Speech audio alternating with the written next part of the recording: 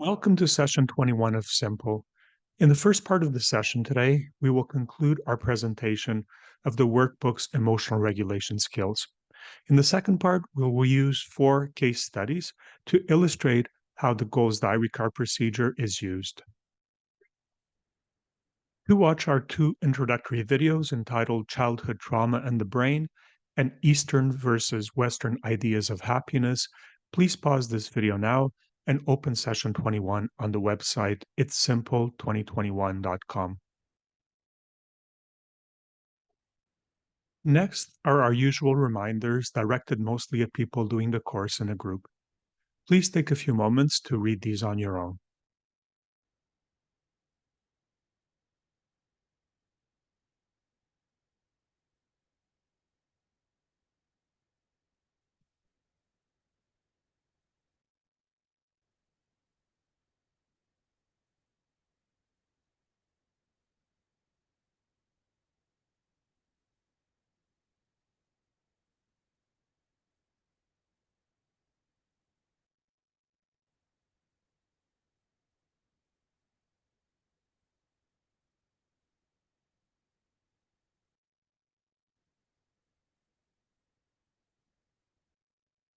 To watch this week's mindfulness practice video entitled 4 Minutes Body Scan, please go to the website now.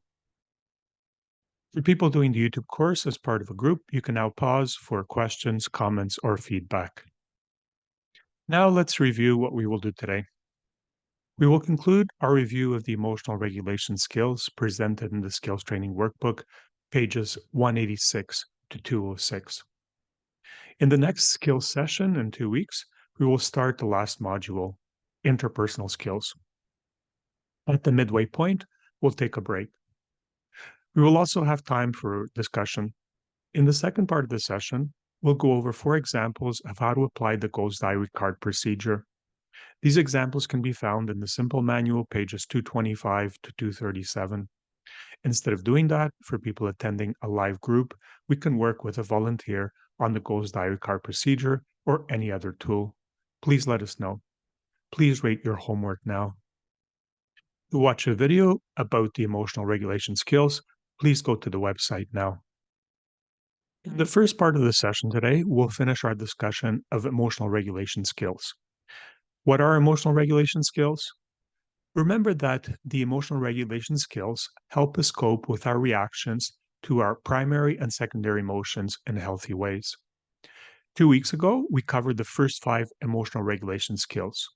1, recognizing emotions. 2, overcoming barriers to healthy emotions. 3, reducing physical vulnerability. 4, reducing cognitive vulnerability. And 5, increasing positive emotions. Today, we'll review the remaining 4, which are 6, being mindful of your emotions without judgment. 7, emotional exposure. 8, doing the opposite of your emotions. 9, problem solving. The 6th skill is being mindful of your emotions without judgment. Learning to be mindful of your emotions without judging them decreases the chances that they will grow in intensity and become even more overwhelming or painful. Try the being mindful of your emotions without judgment exercise on page 187. When you identify a judgment, use the imagining letting go technique on page 188 of the workbook. For example, imagine that the judgment is a leaf floating down a stream, around a bend, and out of sight. Noticing and letting go of judgments requires practice and involves several key steps listed in the workbook on pages 188 and 189. The 7th skill is emotional exposure. Facing your emotions instead of avoiding them is a major goal of dialectical behavioral therapy. Emotional exposure helps you develop the capacity to accept feelings and be less afraid of them. You can try using the emotional log on pages 190 and 191. Alternatively, do the Hole's diary card and chain analysis, as these tools also expose you to the challenging emotions you experienced when you were in your holes. Doing a chain analysis will likely trigger you to feel some of the emotions you felt during the experience you're doing a chain analysis for. When you notice this, soothe yourself by pendulating to a resource. On pages 192 and 193 of the workbook, there's an exercise that will help you both to experience challenging emotions, observe them, and self soothe. This will help you face those difficult emotions while remaining closer to the window of tolerance. The eighth skill is doing the opposite of your emotional urges. Your emotions are legitimate, but sometimes they backfire. For example, attacking people can damage your relationships.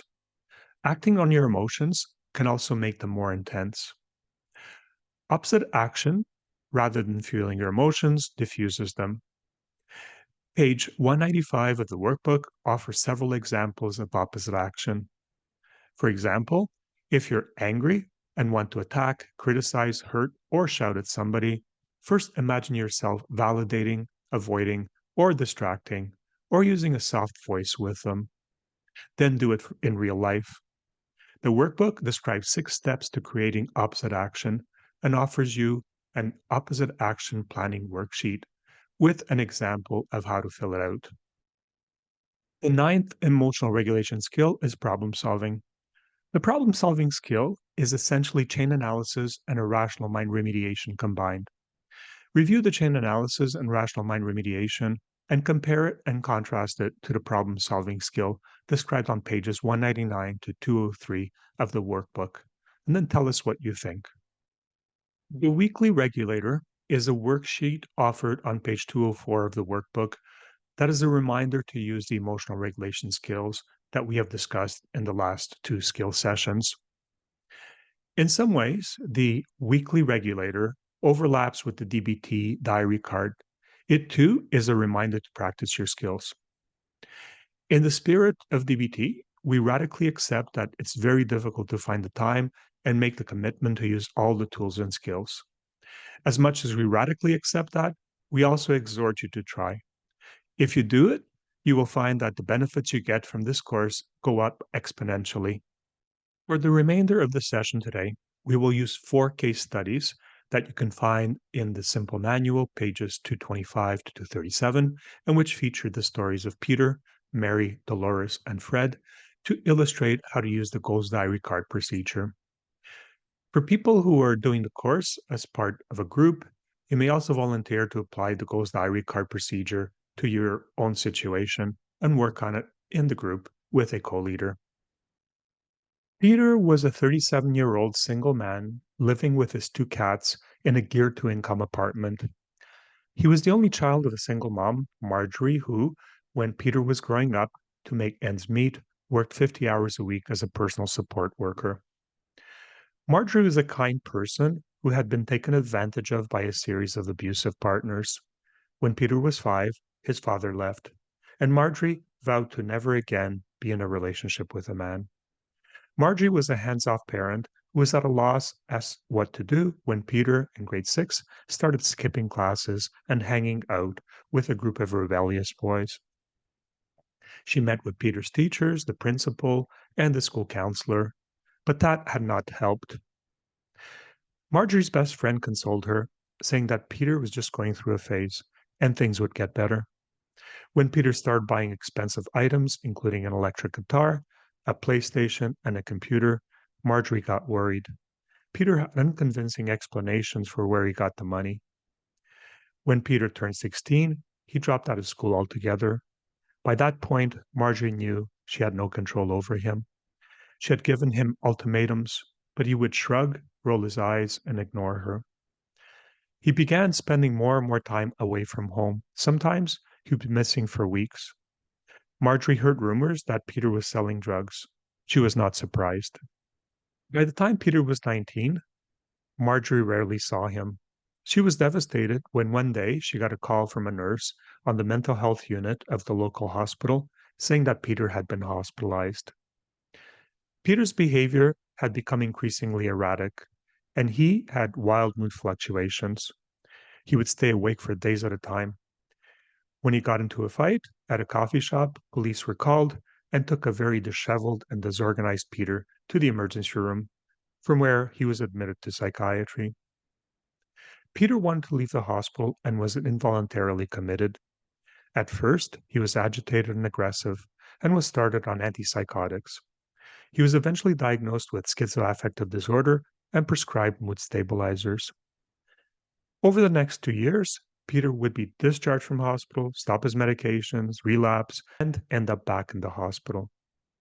He was eventually referred to an assertive community treatment team, an outpatient multidisciplinary mental health team that, through intensive contact with clients, is able to build good therapeutic alliances with them. Working with the team led to a gradual but significant improvement in Peter's mental health. By the time he was in his late 20s, he was sober, compliant with medication, and not engaging in illegal behaviors.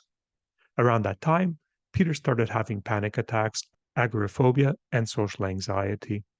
He started to only be able to leave his apartment when accompanied by a member of the ACT team.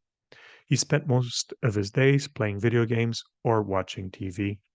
Peter was discharged from the ACT team and referred to a psychiatrist who, after doing a history and getting to know Peter, began to question the schizoaffective diagnosis. When Peter was given that diagnosis, he had been using crystal meth, which can induce psychosis. When Peter stopped using the drug, his thought disorder, delusions, and hallucinations had all improved. It had been years since Peter had symptoms of psychosis. Now his main problems were anxiety and depression. Peter was an intelligent man who, reflecting on his life, saw himself as a failure. Almost all of his high school friends and acquaintances were now married, had families and jobs. He knew three who had become police officers. He was embarrassed and ashamed, remembering that one of his former high school friends, who had become a paramedic, had, on a couple of occasions, been the one that answered the emergency call that brought Peter to the hospital.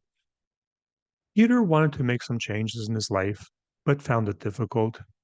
He started a simple course.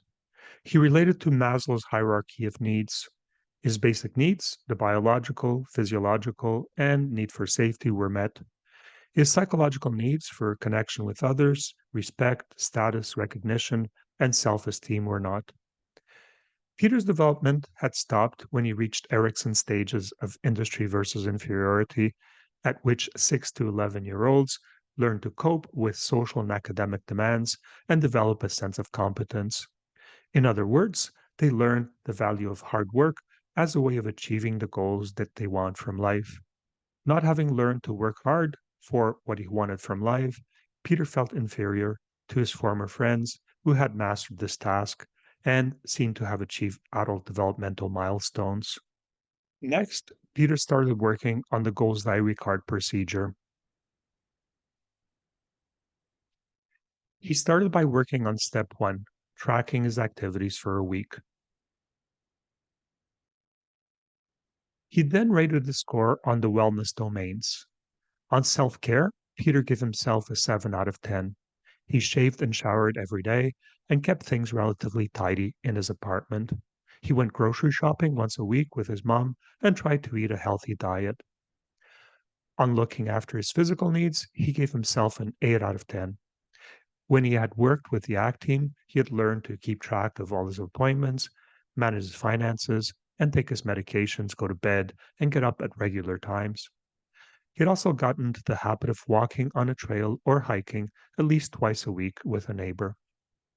On looking after his emotional needs, he gave himself a 5 out of 10. Peter accepted whatever help he was given. He was enjoying the simple course and did his homework regularly. He also had an AA sponsor with whom he had been talking for years and with whom he attended the occasional AA meeting. On social health, intellectual health, and spiritual health, Peter scored himself much lower. Having done this, he then completed step two, the wellness assessment tool. After tracking his activities for a week, Peter was not surprised that he scored relatively well on material well being and physical health, but much lower on the other domains of the questionnaire, including emotional health, social health, intellectual health, and spiritual health. After some brainstorming, Peter decided that he would work on his social well being or health by getting closer to family members.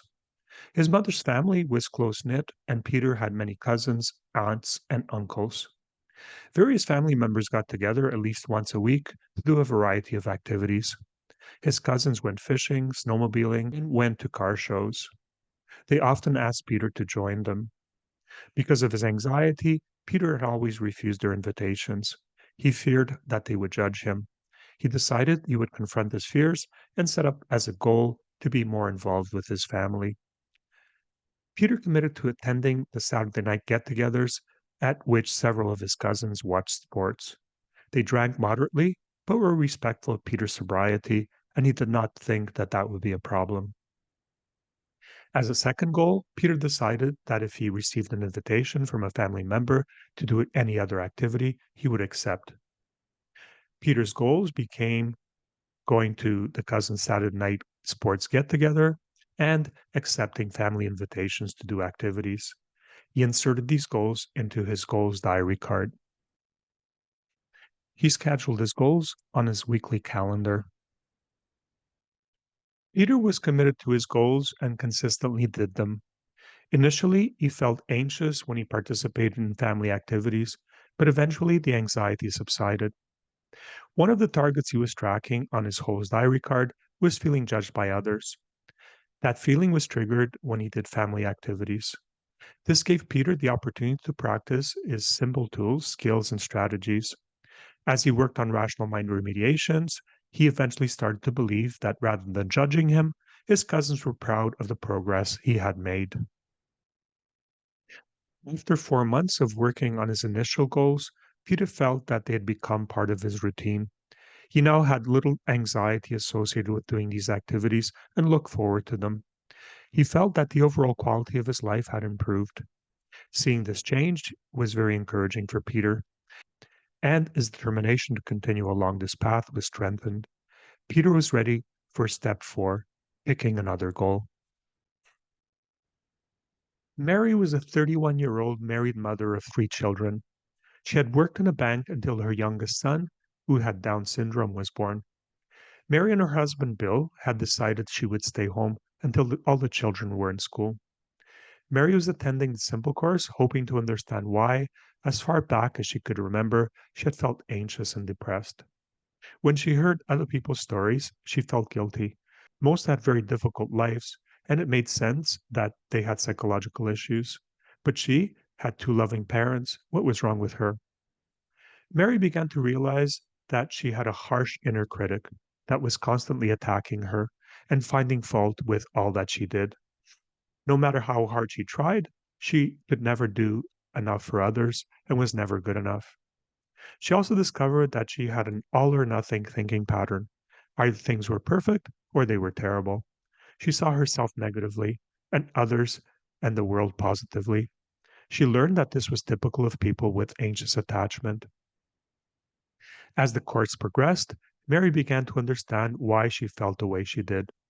Her mother was a kind woman who would never hurt a fly, and she had loved Mary, but she had terrible self esteem. Mary's mother was a people pleaser who could never say no and was terrified of other people's judgments. Mary had learned to be that way through her mother's example. Mary had picked up on how frightened her mother was of the world and concluded that the world must be frightening. It was helpful to understand this, but how was she going to change it? At home, Mary put everyone else before herself and was often exhausted. She also constantly analyzed everything she did in the worst possible light. Mary decided to use as her whole diary card targets being tired and exhausted, feeling guilty, and ruminating. She felt that tracking these targets helped her to focus on the issues that she wanted to work on. Being conscientious, Mary regularly did chain analysis and was becoming increasingly mindful of how her feelings, thoughts, behaviors, and energy levels were connected. Mary had started using the editing, splicing, and pasting technique, along with rational mind remediation, to splice balanced alternative thoughts onto the memories of the times she had done too much for others or ruminated. She was beginning to see small changes in herself. Mary also discovered that she had an all or nothing thinking pattern. Either things were perfect or they were terrible. She saw herself negatively and others in the world positively. She learned that this was typical of people with anxious attachment. Mary decided to use as her Hole's diary card targets being tired and exhausted, feeling guilty, and ruminating. Mary regularly did chain analysis and was becoming increasingly mindful of how her feelings, thoughts, behaviors, and energy levels were connected.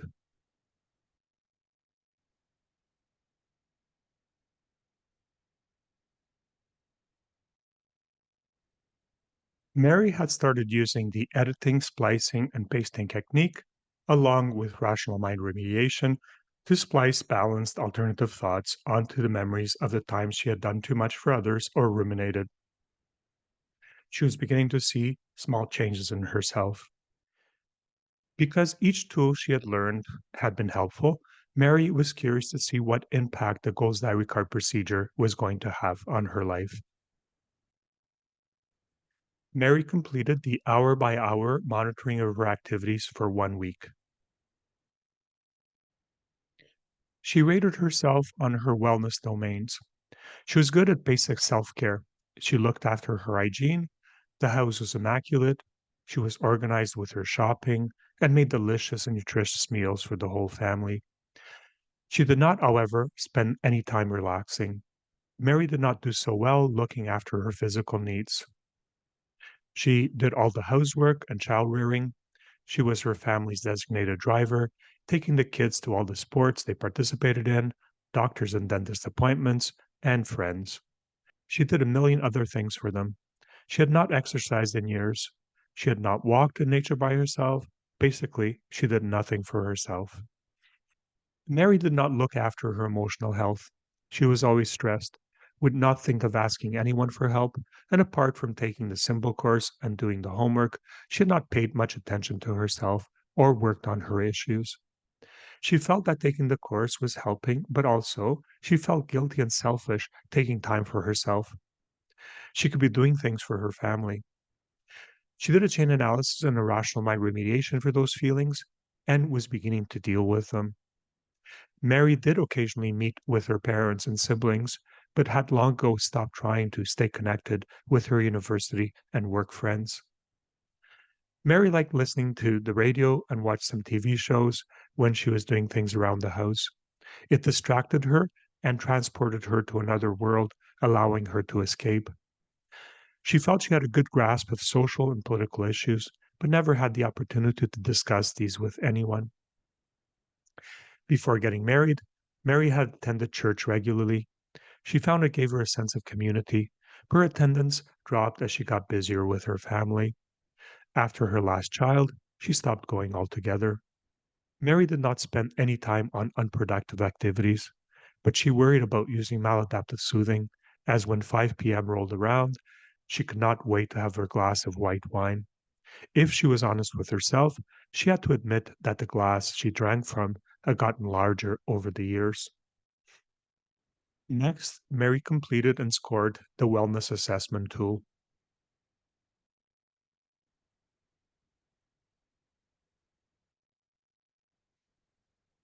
As she reflected on her wellness assessment tool, she concluded that her biological, physiological, and safety Maslowian needs were all well met. She also saw that she loved her family, but not herself. She spent all her time looking after them, but continued to feel that she did not do enough. She could not imagine why they loved her. She did not feel worthwhile or deserving of recognition. Mary thought that she had mastered all of Erickson's tasks up to identity versus role confusion. She had done quite well in high school, both academically and in sports, but that had not translated into a sense of self worth. Mary thought of Crittenden's attachment classifications and had identified both herself and her mother as compulsive caretakers. Although able to come to these conclusions rationally, Mary's emotional mind remained firmly in control, making her feel that looking after herself was selfish, and if she did more of that, her husband and children would suffer. Recognizing the power of emotional mind, Mary did a rational mind remediation. If a friend came to her with a similar problem seeking advice, what would she say? She told a friend that it was admirable how devoted and loving she was with her family. But at the same time, rather than being joyful, she was often filled with sadness and fear. Mary offered her friend her own mother's example. She too had been loving and devoted to her family. Mary was grateful for that, but realizing that inadvertently her mother had passed along low self esteem to her, she did not want to do that to her kids. In retrospect, Mary said, she wished her mother had paid more attention to herself. Her family's physical needs were important, but she needed to consider the psychological needs as well. Working on her feelings, thoughts, and self esteem was not selfish, it was healthy, and something she would be modeling for her children. This rational mind perspective made sense. Mary wrote it down so that she could look at it when she felt guilty. Mary had already committed to devoting 4 hours a week to her simple course. Her husband, seeing the positive changes, was supportive. The time Mary was devoting to herself was not hurting the family. She shared what she was learning with her husband. He told her that while appreciating all she did, he wished she would do more for herself. Mary decided that just as she had reserved 4 hours a week for simple, she would devote another 2 hours for an activity of her choice. During that time, her husband said he would be happy to take care of the children, or if he had a work commitment, get a babysitter. In high school, Mary had been an accomplished swimmer. Doing fast laps at the pool relaxed and invigorated her. Before she had children, she and a friend had trained together. It had been more than physical exercise. They supported each other through difficult times. Mary was excited at the prospect of doing that again and resolved to ask her friend if she'd want to join her. At first, Mary only wanted to devote 1 day a week for 2 hours to swimming, but her husband talked her into doing it twice a week for 1.5 hours each time. He was thrilled that Mary was doing this and started brainstorming how to find a babysitter and what activities he could do with the children while she was away. When Mary committed to do something, she did it. Her friend, also a mother, jumped at Mary's invitation, and they started swimming together again. To reinforce her doing this activity, she put it into her weekly schedule and her goals diary card. This readjustment of her schedule did, predictably, cause Mary considerable anxiety. She felt guilty and selfish. When she saw these targets increase on her goals diary card, she revisited her chain analysis and went back to her rational mind remediation and editing, splicing, and pasting. She eventually noticed that these changes made her more excited about life and that somehow her children were also happier. Mary scheduled her activities on her weekly calendar. Dolores was a 60-year-old married woman whose two children had long ago left home. She worked part-time in retail. Her husband, Harry, was a plumber. Dolores was an only child. She suspected her parents had never wanted children. In her family's living room, above the fireplace, hung a huge cross-stitched piece that proclaimed, "Children should be seen, not heard." When she had learned about the different types of parenting, she instantly realized that hers was the poster family for authoritarian parenting. Dolores had been referred to a psychiatrist by her family doctor. She had a long history of depression accompanied by physical symptoms, including back pain, irritable bowel, chronic fatigue, and migraine headaches. She was skeptical of psychiatry and psychiatric medications. She had once been prescribed antidepressants and had felt terribly nauseous. After a few days, she had thrown the bottle in the garbage. Dolores and her husband had reached an unspoken agreement: don't ask, don't tell. Dolores lived with her chronic, low grade depression and multiple physical ailments, enduring it with a stiff upper lip. Harry spent a lot of time in his workshop, fashioning himself an inventor of various plumbing contraptions. He was often joined by a similar minded brother in law. There was no physical or emotional intimacy between Dolores and Harry. Dolores rationally thought that Harry was not a bad person and had put up with her for nearly 40 years. But she could not help but to feel annoyed with him. She felt guilty about this. They each had their tasks around the house, but could go days saying little to each other. As she learned about attachment, Dolores realized that she fit the description for avoidant attachment. She had learned as a child to push down her emotions and cover them up with a precocious maturity. She identified with the concept of cycle of distress. She had never been happy. She had not learned to soothe herself, just to shut down her emotions. Dolores thought of the gifts of secure attachment, which she did not have: a healthy sense of self, the capacity to self soothe, and the ability to have healthy relationships. Targets in her whole diary card were irritation with others, but especially with Harry, critical thoughts about others, loneliness, and despair. Dolores had never felt seen or heard, and it made her angry, but she had learned to suppress this anger. She could not imagine allowing anyone to see what was going on behind her facade. They would be appalled. As Dolores learned about mindfulness, she started to see herself from a wise mind perspective. The theory she was learning helped her to make sense of her experiences. Sharing with others in group made her feel less lonely, and she was beginning to have some hope that she might change. When Dolores contemplated Maslow's hierarchy of needs, she realized her psychological need for intimacy and connection had never been met.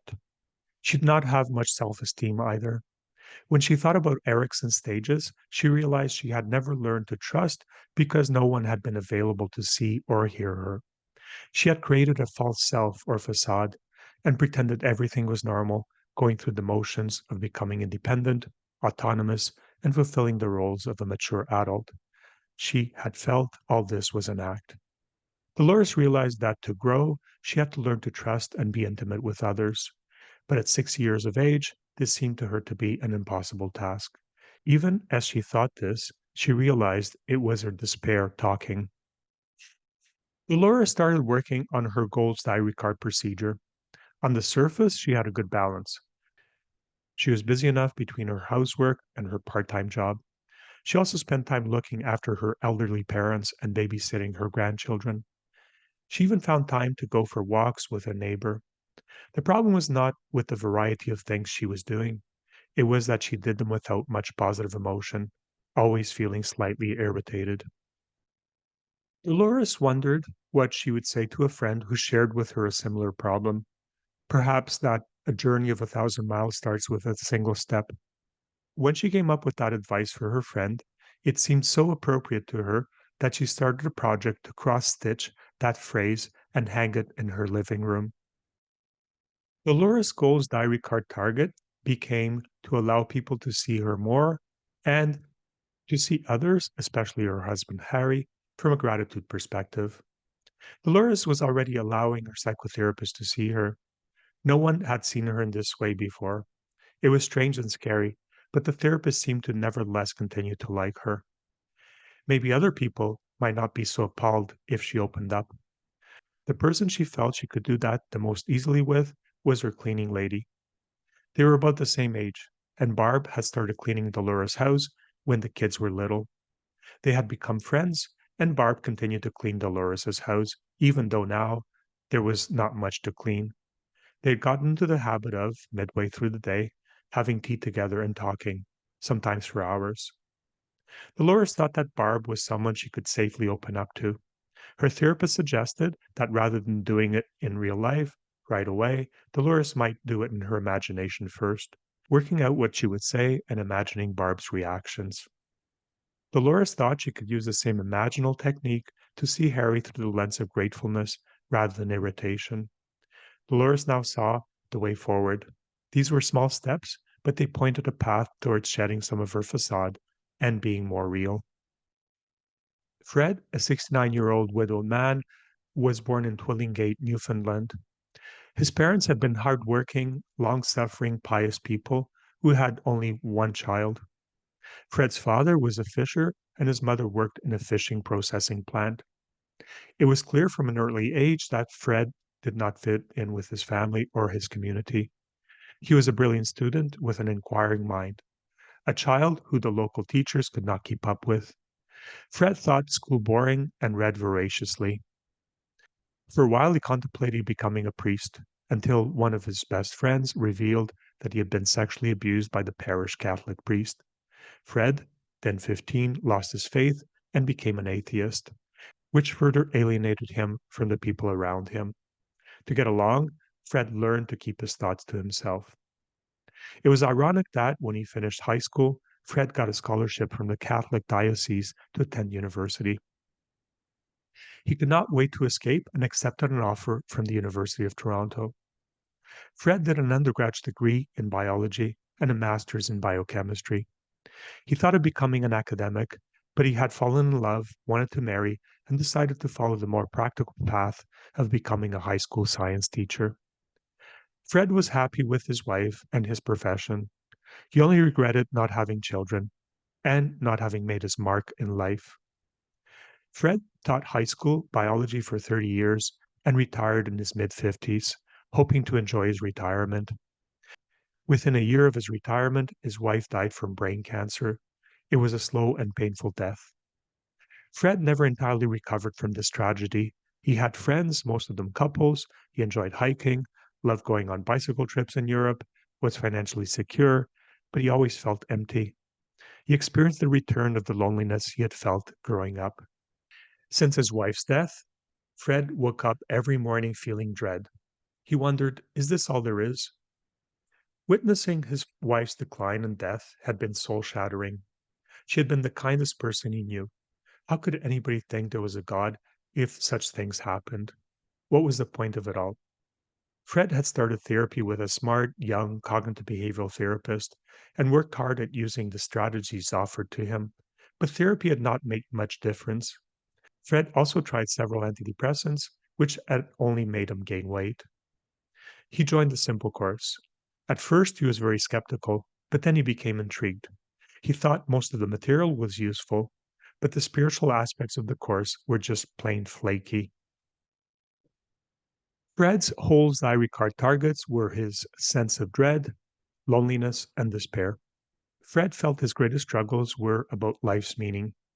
He firmly rejected the traditional concept of God, which he had been raised with, in favor of the modern stage of growth's materialist view. The universe is made of matter, there is no soul or spirit, and death is the end. He was intrigued by the discussions of integral theory, philosophy, and spirituality. He began to read critiques of philosophical materialism and found them credible. Fred worked on his goals diary card procedure.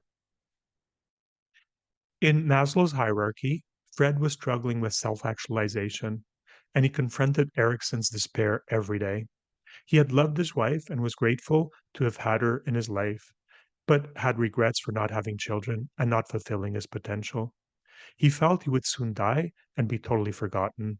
He dreaded getting old and losing his independence. Fred liked the notion that ideas and beliefs are not absolute certainties about the world, but maps that keep evolving as new information comes to light. A friend recommended he read Adam Grant's book, Think Again: The Power of Knowing What You Don't Know. Grant, an organizational psychologist and professor at Wharton, examines the reasons why we cling to our beliefs and choose not to look at the evidence that might challenge them.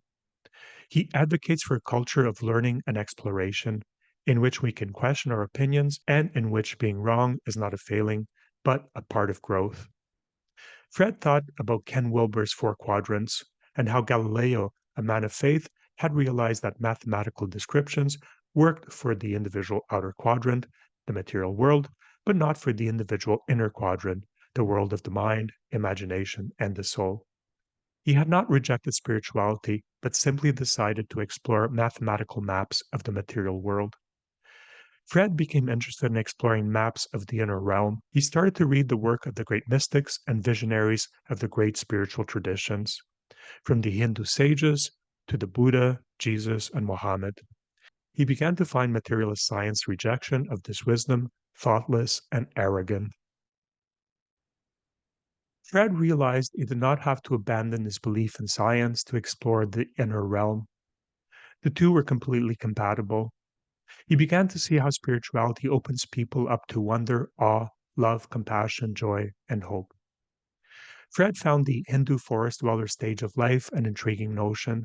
and saw how being a householder was no longer meaningful for him.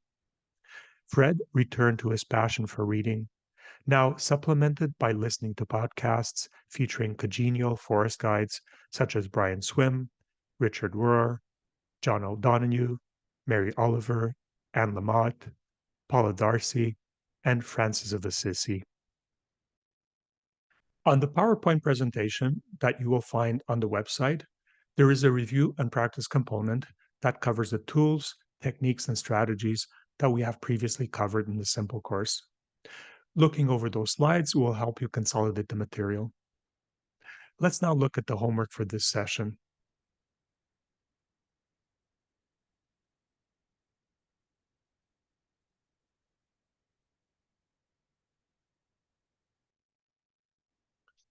Thank you for spending this time with me today, and see you next session.